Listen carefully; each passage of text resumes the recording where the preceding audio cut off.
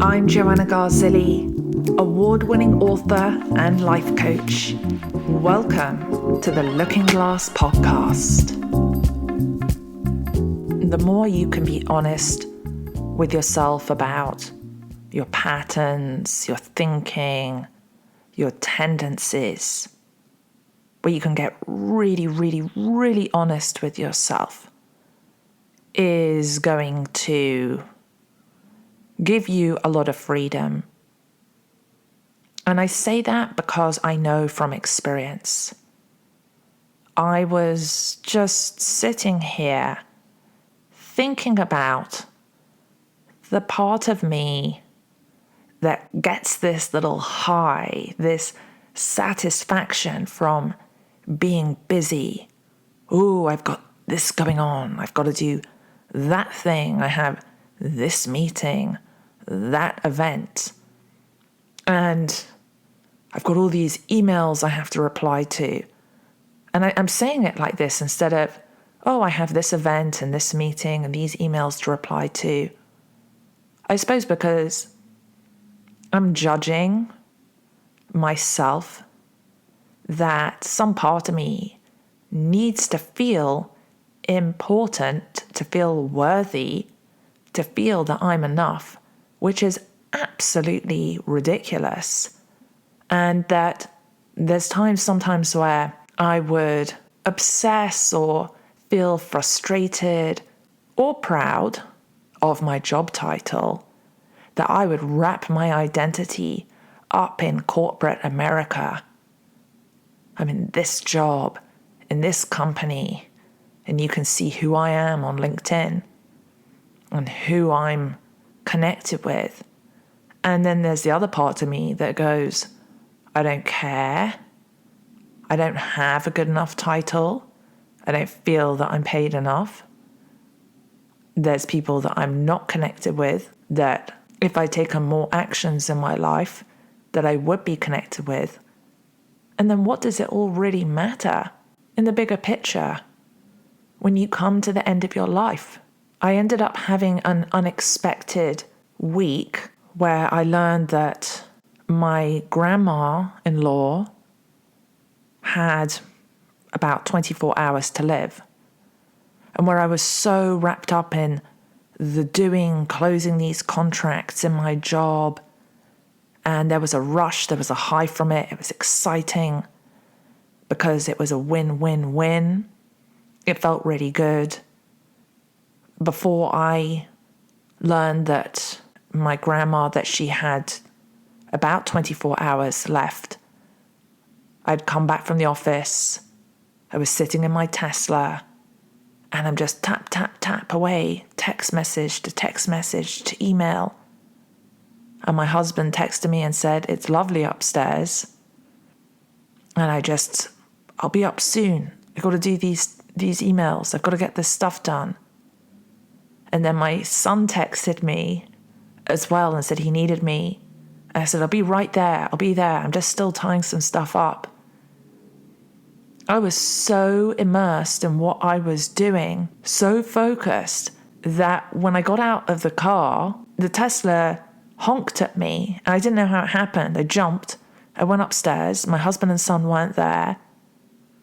And then they came up a few minutes later and they said to me that they had watched me that entire time sitting in the car next to me in our garage, just typing away on the phone. I always say family comes first. It's really important for me.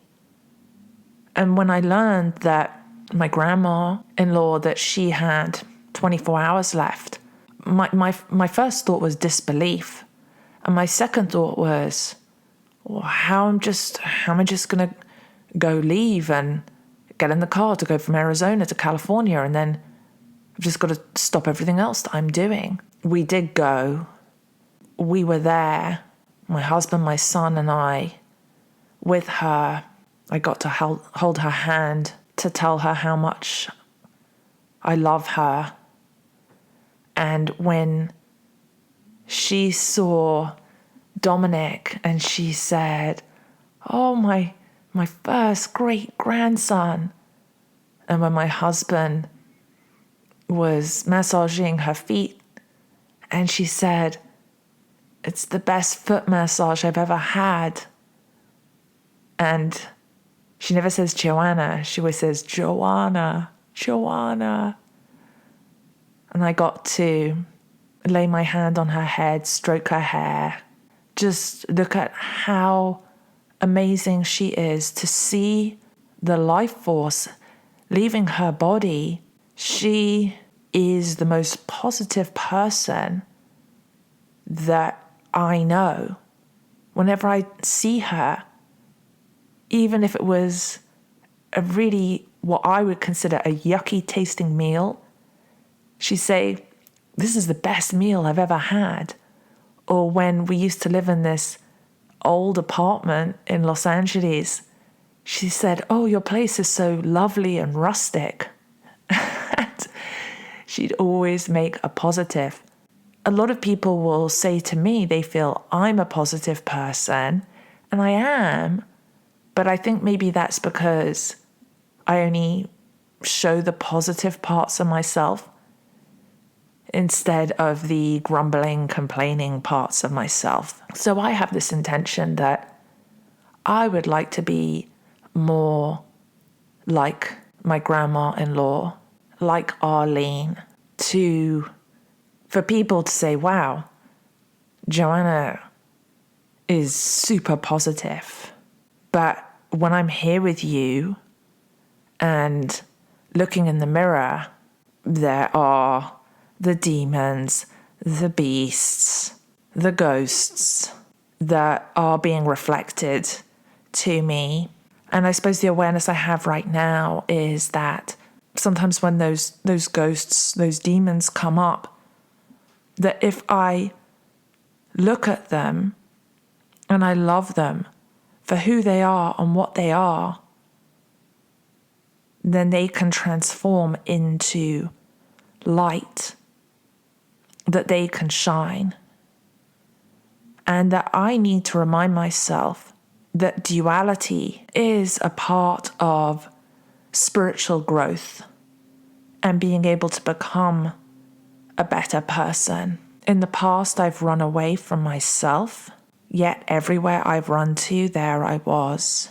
And I appreciate that you're here with me, whether you're judging me or not judging me, because that means the fact I just said that I'm worried that you're judging me, but I need to focus on that you're here.